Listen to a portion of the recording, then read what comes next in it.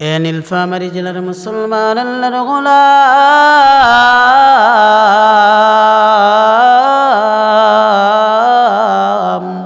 সন্তান যখন তার মাকে মা বলে ডাকে, মার কলিজাটা ঠান্ডা হয়ে যায়।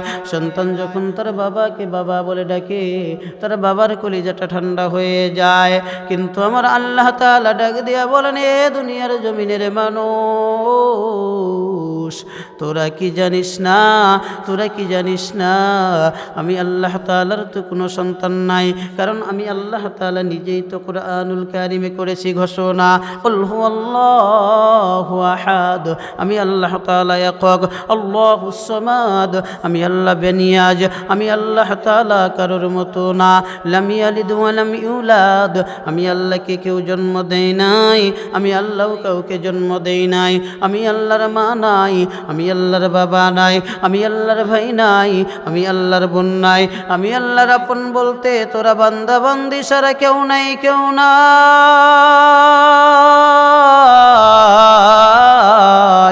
এই জন্য ও বান্দা, ও বান্দি,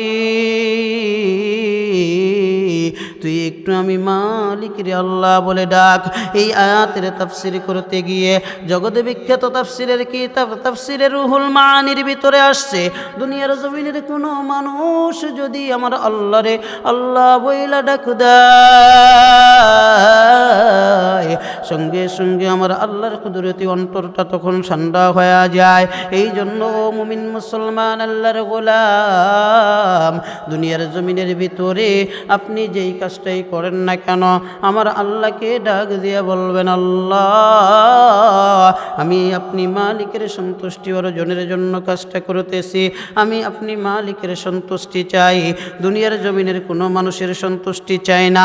এমন চিন্তা এবং চেতনা করে যদি কাজ করেন, আমার আল্লাহ তার উপরে খুশি হয়ে যায়। আর আমার আল্লাহ যার উপরে খুশি হয়ে যায়, এই বান্দার কোনো টেনশন থাকে না, কোন টেনশন থাকে না। আমার আল্লাহ নিজেই করেছেন কোরআনে ঘোষণা, ফামান তাবিয়া হুদায়া ফালা খাউফুন আলাইহিম ওয়ালা হুম ইয়াহজানুন। দুনিয়ার জমিনের মানুষ যতই তাকে পথভ্রষ্ট করার চেষ্টা করুক না কেন, না না না না না না, তাকে কেউ পথভ্রষ্ট করতে পারবে না।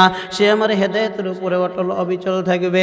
আর লা খাউফুন আলাইহিম ওয়ালা হুম ইয়াহজানুন, তার এ ব্যাপারে কোনো টেনশন এবং চিন্তা করার প্রয়োজন নাই। তাকে হেদায়েতের উপরে অটল অবিচল রাখার জন্য আমি আল্লাহ নিজে জিম্মাদার হয়ে যায়। আর আমার আল্লাহ যার জন্য জিম্মাদার হয়ে যায়,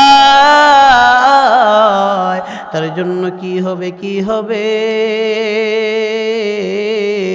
আমার রসুল নিজে করেছেন হাদিসের কিতাবে ঘোষণা। নাসাই শরীফের 173 নং পৃষ্ঠাতে এই হাদিসটা আসছে।